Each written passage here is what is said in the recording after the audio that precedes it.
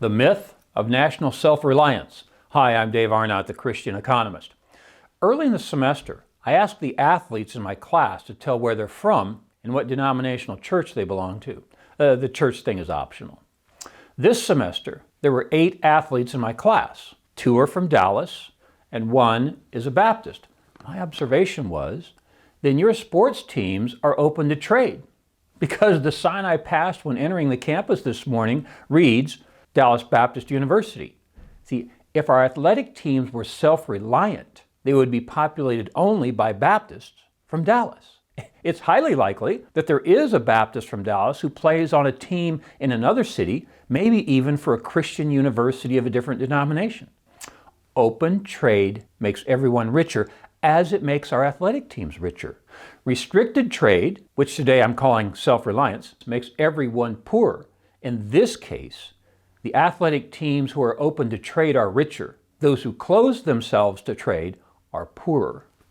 Kevin Rudd, writing in the Wall Street Journal, explains China's move to self-reliance in an article titled, What Explains Xi's Pivot to the State? Mr. Xi, that's Chairman Xi Jinping, now calls his new development concept the economic mantra, combining an emphasis on greater equality through common prosperity, reduced vulnerability to the outside world, and greater state intervention in the economy. A dual circulation economy, as he calls it, seeks to reduce dependency on exports by making Chinese domestic consumer demand the main driver of growth, while leveraging the powerful gravitational pull of China's domestic market to maintain international influence.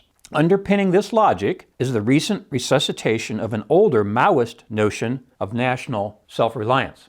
Chairman Xi is now looking to put the genie of the market capitalism back in the bottle. This will end badly. It always does. Strange that socialism always seems to work in the future, but never in the past. Have you noticed that? See, this plan of self-reliance will fail, as all previous attempts have. Buy American. The United States had a nationalist bent during the Trump administration. He slapped tariffs on China in an attempt to bring manufacturing jobs back to the U.S. For more on the evils of tariffs, I'll refer you to podcast number 42. It's titled, The Terrible Tax of Tariffs. Oh, manufacturing did come back to the U.S. during the Trump administration, but it was mostly due to lower taxes and decreased regulation. Now, President Biden is favoring a Buy American theme. These are generally not very good ideas. When you cut your country off from free trade, all parties get poorer. The country that wanted to send you products and the consumers in your country who want to buy them. Don't forget that free market for athletes that I mentioned earlier, see, we could easily stock our 23 sports teams at Dallas Baptist University with Baptists from Dallas, but the teams wouldn't be competitive. They'd be terrible. A national economy is no different than our athletic teams. Let's go down this rabbit hole just a little further. If buying American is good, wouldn't buying Texan be better? Why would you stop there? How about buying products and services only made in Dallas? Maybe just on your block. And the logical conclusion is to buy only from those in your house, but then it would follow that your end of the house would be richer than the kids' bedrooms if you don't trade with them. Absurd, isn't it? See, as the Christian Economist, I sometimes get caught between Christianity, which concentrates on the means, and economics, which concentrates on the ends. But national self-reliance fails on both. First, there's no biblical command to discriminate against another country in the purchase of goods and services. And that's what self-reliance is, discrimination. And the myth of self-reliance that has been proven to be wrong in economic outcomes, both in theory and in practice. I enjoyed the adventure movie Black Panther, but their economics are upside down. They claimed that Wakanda was rich because they were self-reliant on a hidden supply of vibranium. That's not how it works. What did the Wakandans do with their vibranium? Did they eat it? Did they build a home of it? No, you have to trade it. It's that simple. When you trade what you have for what you don't have, you get richer. This is pretty simple economics. Wakanda forever, only if you trade. If you don't, it's Wakanda for never. Politics. So what about those sanctions on Cuba? Those are in place because the value that's created by trade with that country is captured by the government, enabling them to further oppress their citizens, particularly in tourism. See, Ginger and I love international travel. I've been to 55 countries, she's been to 40. And we are tempted to visit exotic places like Cuba. But Ginger and I have been told that hotel, restaurant, and tour fees go to the military, which makes the country poorer, not richer. You see, they don't have free trade within the country, so international sanctions prevent them from trading outside the country. See, to some extent, Russia uses gas money from Western Europe to prop up their dictatorship. China announced a significant step in that same direction, which will make China poorer. Ling Ling Wei's article in the Wall Street Journal on September 20, 2021 is titled, "Xi Jinping Aims to Rein in Chinese Capitalism, Hew to Mao's Socialist Vision." For most of the 40 years after Deng Xiaoping first unleashed economic reforms in China, Communist Party leaders gave market forces wider room to flourish. That opening helped lift hundreds of millions of people out of poverty and created trillions of dollars in wealth. Sergei Seidamatov and I wrote a little white paper a couple years ago titled "Economics for Widows and Orphans," where we pointed out that during the Cultural Revolution of 1958 to 1961, China redistributed food and killed an estimated 60 million people. Then they turned on their heel and put their foot in the door of free market capitalism and freed 760 million people from starvation-level poverty in only 20 years, from 1961 to 1981. To give you some context, 760 million is about the population of the US and the European Union put together. It was the greatest escape from poverty in global history. Back to the September 20 article, Mr. Xi declares in a speech in January that the goal is to build China into a modern socialist power. In Mr. Xi's version, the government would have a level of control that would allow it to steer the economy and industry along a path of its choosing and channel private resources into strengthening state power. The big risks for China and Mr. Xi is that the push winds up suppressing much of the entrepreneurial strategy that has powered China's boom and years of innovation. It's not a risk, it's a guarantee. See, at one time, I heard that 60% of Chinese millionaires were planning to leave China. They're better informed about this than you and I are. In podcast number 96, called Tax the Rich, I pointed out many examples of people voting with their feet. So many wealthy Chinese are fleeing to Canada that real estate prices in Vancouver are astronomical. Ginger and I visited with a real estate agent of Chinese heritage, by the way, who told us that foreigners were slapped with a 30% premium when buying real estate in Canada. See, that's an attempt to discourage the rich Chinese from moving into their country. Let's think about that one for a minute. They're discouraging wealthy people from bringing their money into the country. See, self-reliance denies that countries are specialized. Adam Smith wrote that in The Wealth of Nations. Yeah, that guy, Adam Smith. He was against the British colonization of America because he could see that mercantilism was not going to work. He was prescient, and he was right. That creates a smooth segue to our next topic, national specialization.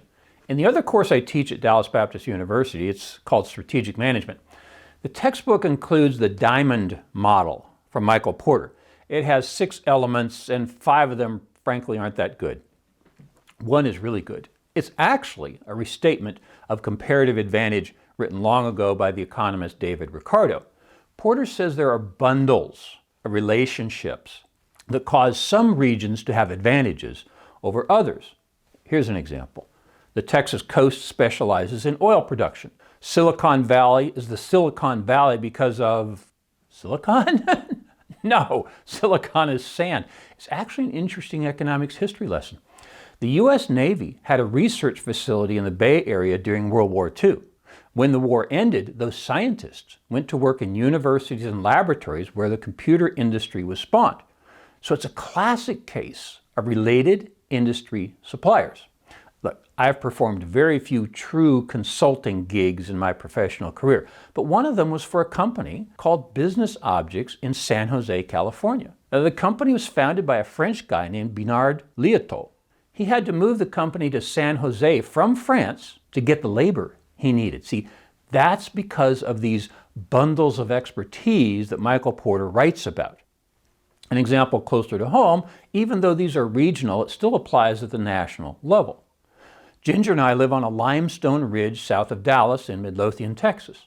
It's known as the cement capital of Texas because there are 3 cement plants in our town. The examples go on and on. See, the competitive nature of countries explained in a little book by Simon Jenkins called A Brief History of Europe. He makes the fascinating point that Europe developed before China because Europe was divided into multiple small fiefdoms where competitive ideas could flourish. China was the exact opposite. A huge country with centralized planning where different ideas couldn't catch on. The multiple fiefdoms explain how Martin Luther was protected by Prince Frederick the Wise of Saxony from Pope Leo, who wanted to burn him at the stake as his predecessor had done to John Hus in Prague 100 years earlier. Another religious example is John Calvin. He started in France, but his ideas didn't get traction. He went from Paris to Geneva to Strasbourg, then back to Geneva, crossing national borders until he found acceptance for his ideas. You see how countries who participate in free trade gain new, innovative ideas, whereas countries who are closed to innovation wither and die.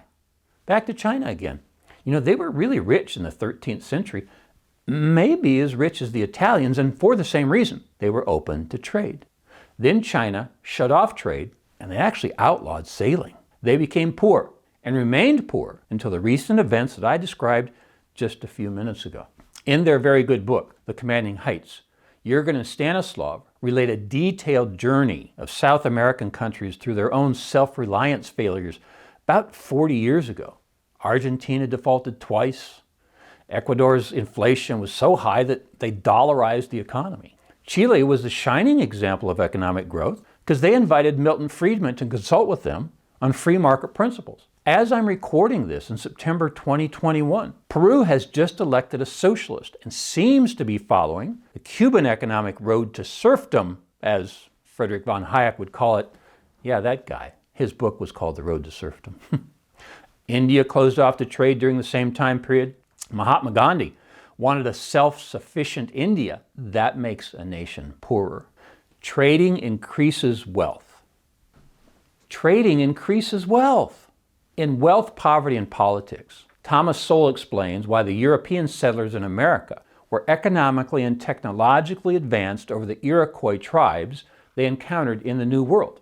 Here's what he writes. The British had been able to navigate across the Atlantic by using the compass invented in China, doing mathematical calculations with a numbering system from India, steering with rudders invented in China, writing on paper invented in China, and using letters created by the Romans, and ultimately prevailing in combat, using gunpowder, also invented in, guess where? China. Don Boudreaux is an economist at George Mason University in Virginia. He points out that the United States is one large free trade nation from sea to shining sea, and that's why we're rich. See, we are a republic with individual states making their own independent economic decisions. The result of those 50 economic experiments is reported in Arthur Laffer's book, The Wealth of States. You might guess where he got that title. He easily categorizes relatively free states as more prosperous than relatively constrained states. But my sophomores at Dallas Baptist University could make that prediction without reading his very good book. I'll close with another quote from the Wall Street Journal article about the Chinese economy. While the politics of his pivot to the state may make sense internally, if Chinese growth begins to stall, Mr. Xi may discover he had the underlying economics very wrong. It's not if growth stalls. It will. I have often mentioned to my sophomores at DBU, look, when you draw supply and demand curves, it makes no difference who's holding the marker. It could be Joe Biden or Janet Yellen or Jerome Powell. It could be Xi Jinping or Dave Arnott. The curves go the same way. You can change economic policy, but you can't change economic law. I'm Dave Arnott, the Christian Economist. Fear God, tell the truth, earn a profit. See you next time. For more information, please visit us online at davearnott.com. If you have questions or suggestions for future podcasts, please submit them online or in the comments section below. Don't forget to like, share, and subscribe.